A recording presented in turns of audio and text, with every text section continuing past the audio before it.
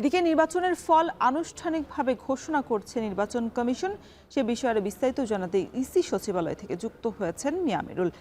আমিরুল, জানাবেন যে আপনার কাছে কি তথ্য রয়েছে? ভোর যেন শেষই হচ্ছে না, কিছুক্ষণ পরেই সূর্য উঠবে পরবর্তী দিনের। আমরা গতকাল যেহেতু নির্বাচন আয়োজন হয়েছে, আমরা দেখেছিলাম বৃহস্পতিবার থেকেই নির্বাচন যখনই শেষ হয়ে যায় আনুষ্ঠানিকভাবে বিকেল 4:30টায়, এরপর থেকে মূলত সবারই আগ্রহ, সবারই জানতে চাওয়া যে মূলত ভোটের যে ফলাফল সেটি কখন আমরা পেতে পারবো। তবে এখন পর্যন্ত যে স্বস্তির খবরটি রয়েছে আমাদের কাছে, আমরা নির্বাচন কমিশনের আনুষ্ঠানিক যে ফল ঘোষণা সেখানে আমরা প্রায় বলা চলে 250-রও বেশি আনুষ্ঠানিক ফল ঘোষণা আমরা কিন্তু জানতে পেরেছি। 250-টির বেশি সংসদীয় আসনের। আমরা একটু এই বিষয়ে আরেকটু জানতে চাই। আমাদের সাথে রয়েছেন দিনভর বিভিন্ন খোঁজখবর নিয়েছেন আমাদের আরেক সহকর্মী সুলতানা স্বর্ণা। আমরা তো বিভিন্ন ক্ষেত্রে দেখছিলাম নির্বাচন কমিশন শুরু থেকেই কিছু কিছু কেন্দ্রে ফল ঘোষণা করেছে এবং পরবর্তীতে তারা প্রাথমিক পর্যায়ের পরে মূলত আমরা দেখেছিলাম চূড়ান্ত পর্যায়ে তারা ফলটি ঘোষণা করেছে। সেই ক্ষেত্রে নির্বাচন কমিশনের যে গতিবিধি আমরা লক্ষ্য করছিলাম এবং সেটি ঘিরে মূলত রাজনৈতিক মহলে কিংবা বিভিন্ন জায়গায় আমরা দেখেছিলাম সামাজিক যোগাযোগ মাধ্যমে বেশ কিছু কথা উঠেছিল যে কোন দল কতটি আসন পেতে যাচ্ছে। এই অবস্থায় এসে আসলে আপনার কাছে কি ধরনের তথ্য রয়েছে বা কিংবা পরিস্থিতি আসলে কি হতে চললো? সবগুলো আসনের কিন্তু এখন অর্থাৎ 299 আসনের কিন্তু এখনো সকল কেন্দ্রের ফলাফল এখনো হাতে এসে পৌঁছয়নি রিটার্নিং কর্মকর্তাদের এবং ইসিতে, এবং সেজন্য কিন্তু আমরা লক্ষ্য করেছি যে কিছুটা বিলম্ব হচ্ছে।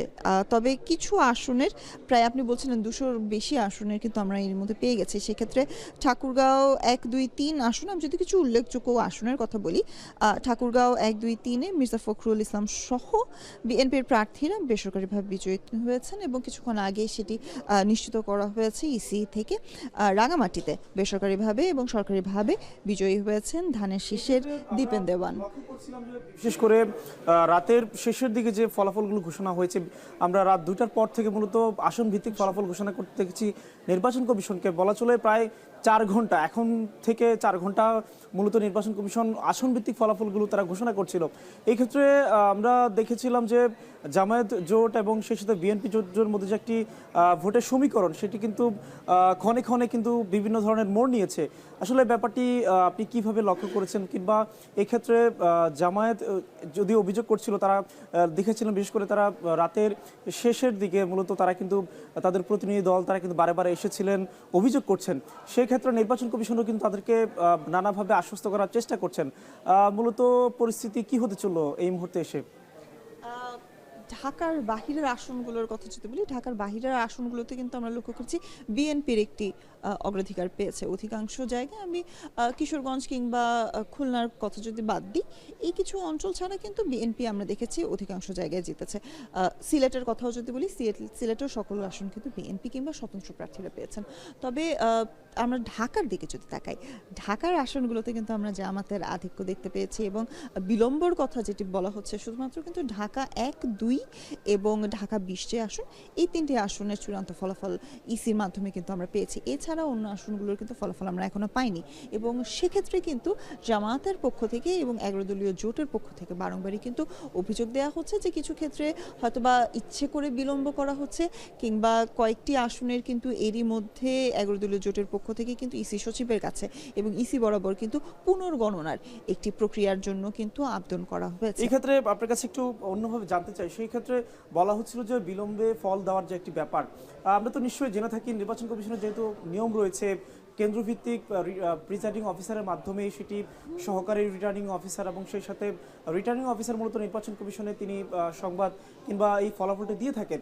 সেক্ষেত্রে বিলম্বের ক্ষেত্রে কি কোনো ধরনের কারচুপির অভিযোগ করছে কিনা জামায়াতের পক্ষ থেকে, এমন কিছু কি বলেছে তারা? 11 দলীয় জোটের পক্ষ থেকে উল্লেখযোগ্য 2টি অভিযোগ কিন্তু করা হয়েছে। প্রথমত মির্জা আব্বাস এবং মামুনুল হকের, আমি এর আগেও এটি আসলে বলছিলাম যে 2টি কলামের ভেতরে নাম কিন্তু লেখা থাকে। একটি কলামে ছিল 5 জনের নাম, একটি কলামে ছিল 4 জনের নাম। কিন্তু সেক্ষেত্রে মামুনুল হক যে অভিযোগটি করেছেন যে মির্জা আব্বাসের যে ভোটগুলো রয়েছে সেগুলো গণ্য করা হলেও তার আসনে তার রিটার্নিং কর্মকর্তা বা প্রিসাইডিং অফিসার যিনি ছিলেন তিনি কিন্তু ওই ভোটগুলো গণ্য করেননি। সেক্ষেত্রে একটি দ্বৈত একটি আপেক্ষিক একটা জিনিস কিন্তু তিনি উল্লেখ করেছেন।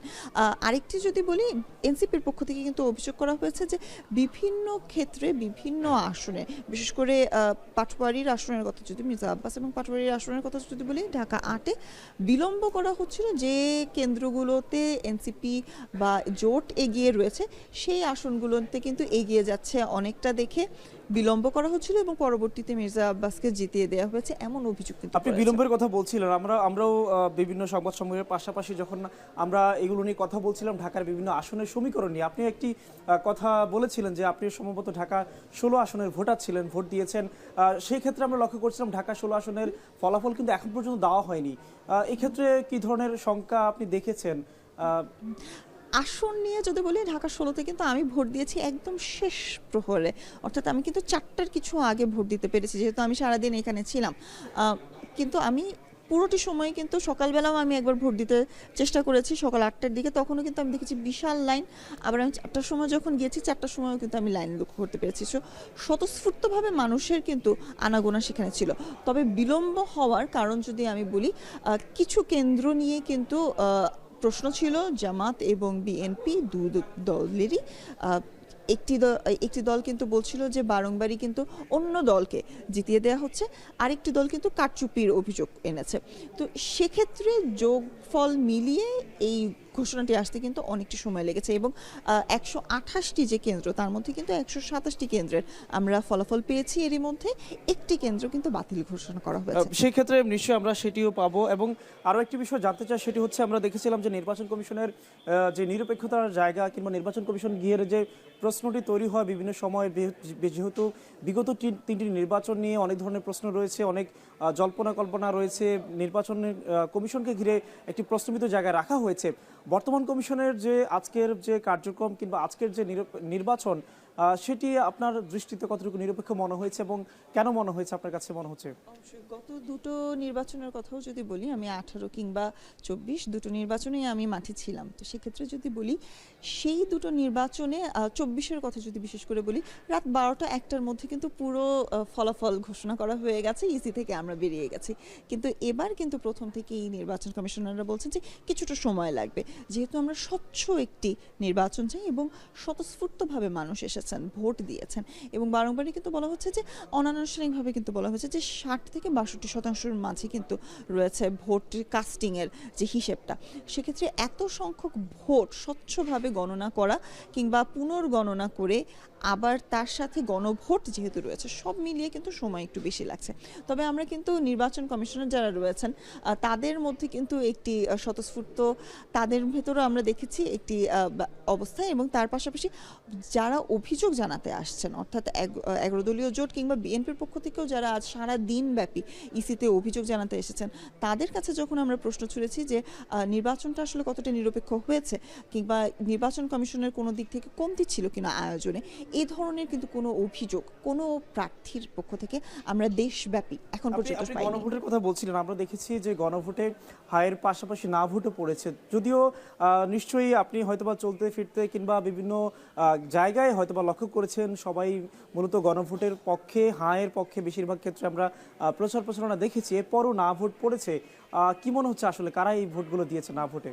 সেক্ষেত্রে 11 দলীয় জোটের কথা যদি বলি, তারা কিন্তু সবচেয়ে বেশি হ্যাঁ ভোটের পক্ষে বলেছেন এবং সম্ভবত তারা সবচেয়ে বেশি সফল হয়েছেন জনসাধারণের কাছে পৌঁছে যেতে। এবং তার পাশাপাশি জুলাই আন্দোলনের কথা তো বলতেই হয়।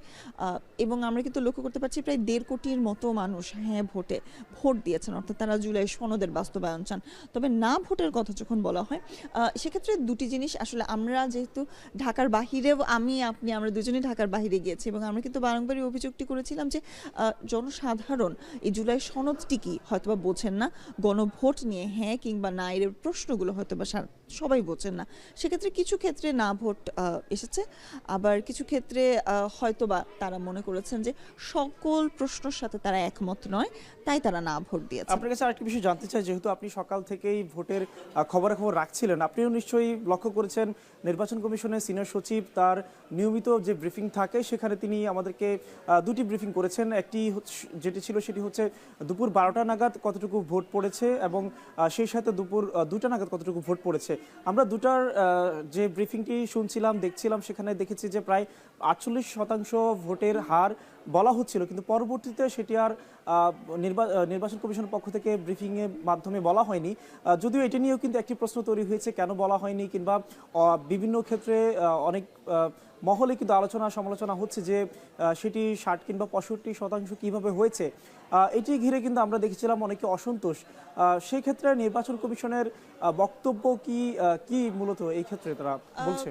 প্রথমত একটি ধোঁয়াশা তো তৈরি হয়েছেই, এবং গণমাধ্যম কর্মীদের পক্ষ থেকে কিন্তু সিইসির কাছে এই প্রশ্নটি রাখা হয়েছিল যে মোট শতাংশটির কথা, কত শতাংশ মানুষ ভোট কেন্দ্রে এসেছেন সেই প্রশ্নটি ছোড়া যখন হয়েছিল, তারা কিন্তু বলেছেন যে 299টি আসনের যখন চূড়ান্ত ফল তারা পাবেন, চূড়ান্ত ভোটের যে হিসেবটা সেই হিসেবটা পাবেন, তারা তখন নাগাদ এই ঘোষণাটি দিবেন কত শতাংশ ভোট এসেছে। তার আগ পর্যন্ত তারা সঠিকভাবে কিন্তু কোনোটি বলতে চাননি, কোনো সংখ্যা।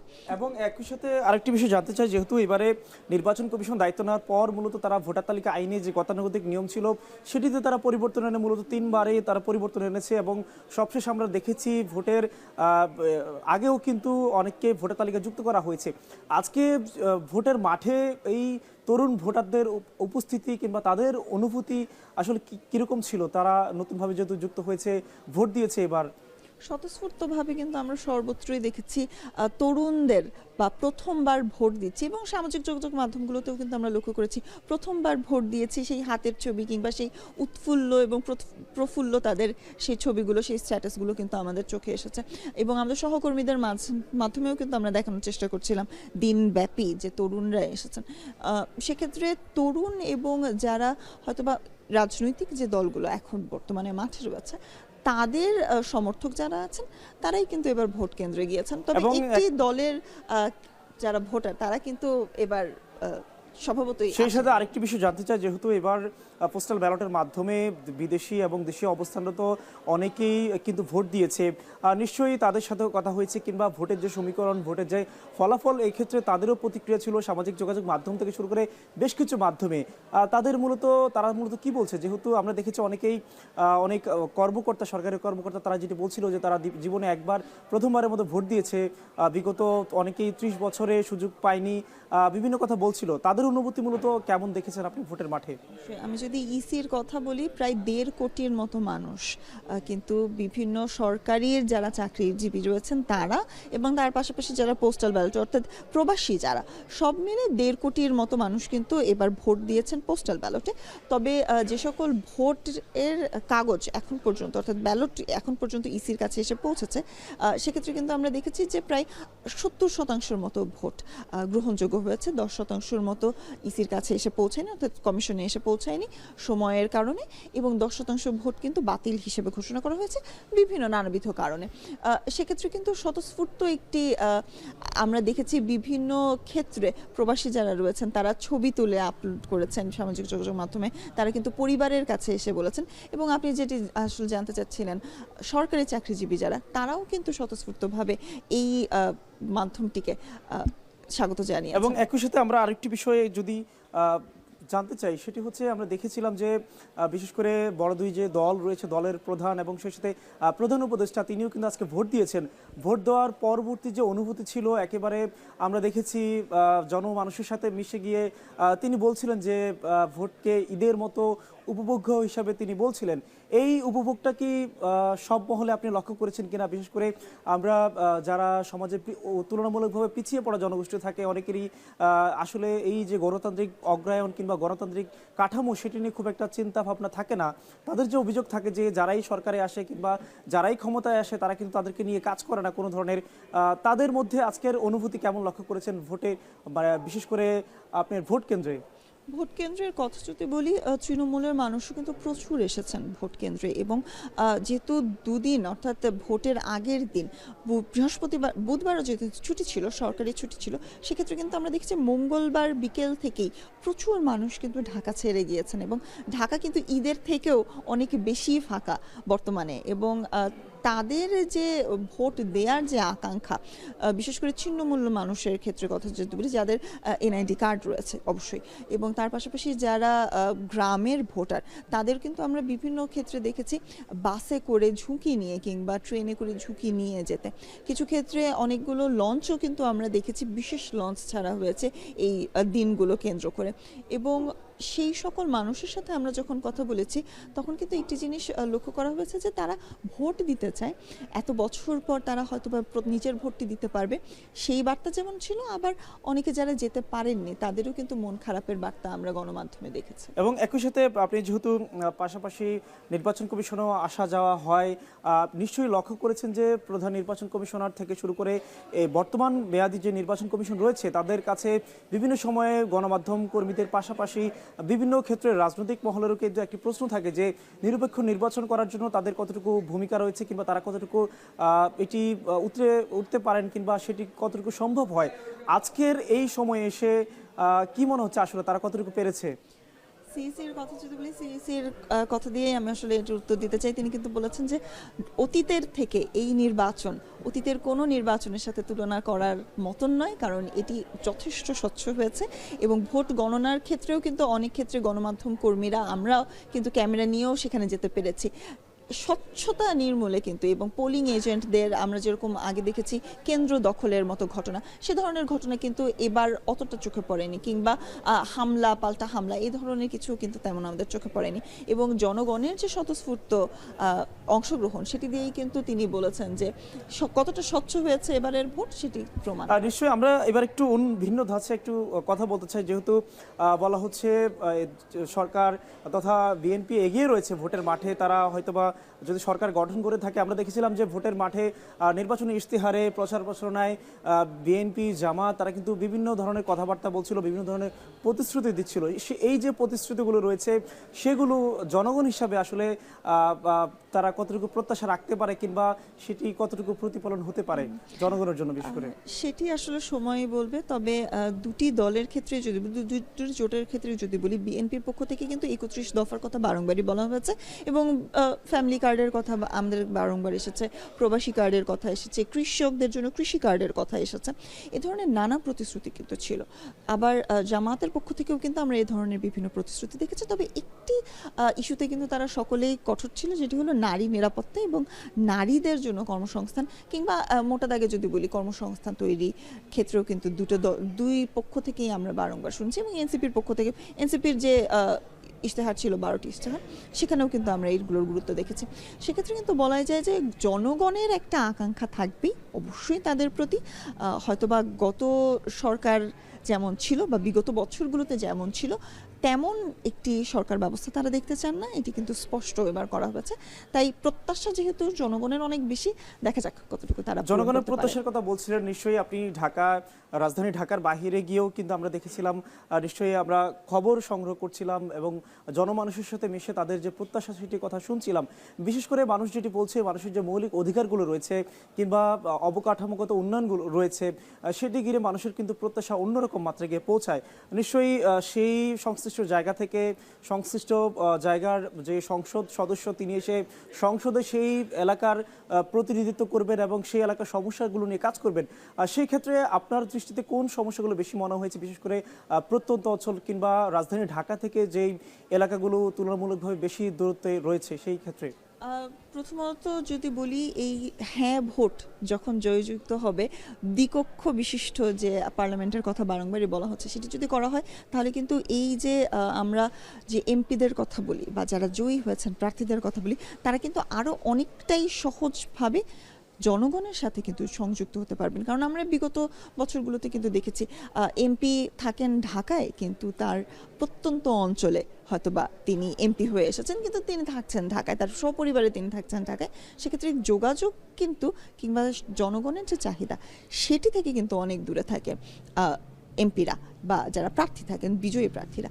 এবার সেটি হবে না এমন প্রত্যাশা কিন্তু করা হচ্ছে। নিশ্চয়ই আমরা একেবারে শেষের দিকে চলে এসেছি। ছোট করে জানতে চাই সেটি হচ্ছে এবারের নির্বাচনী প্রচারণে আমরা কিন্তু লক্ষ্য করছিলাম যারাই প্রার্থী ছিলেন তারা কিন্তু জনসাধারণের সাথে মিশে তাদের প্রত্যাশার জায়গাগুলো শুনে তাদের সমস্যার সমাধানে কিন্তু নানা ধরনের প্রতিশ্রুতি দিয়েছেন। আশা করব সেগুলো সমাধান হবে এবং বাংলাদেশের সার্বিক উন্নয়নে সেগুলো ভূমিকা রাখবে। রওশন, আমার কাছে এই ছিল ভোটারের রায়, আমরা যেটি মূলত নিয়ে কথা বলছিলাম এবং কিছুক্ষণের মধ্যেই হয়তো বা নির্বাচন কমিশন থেকে আনুষ্ঠানিকভাবে যে ফলাফল সেটিও আমরা জানবো এবং জানাবো আপনার মাধ্যমে দর্শকদেরকে।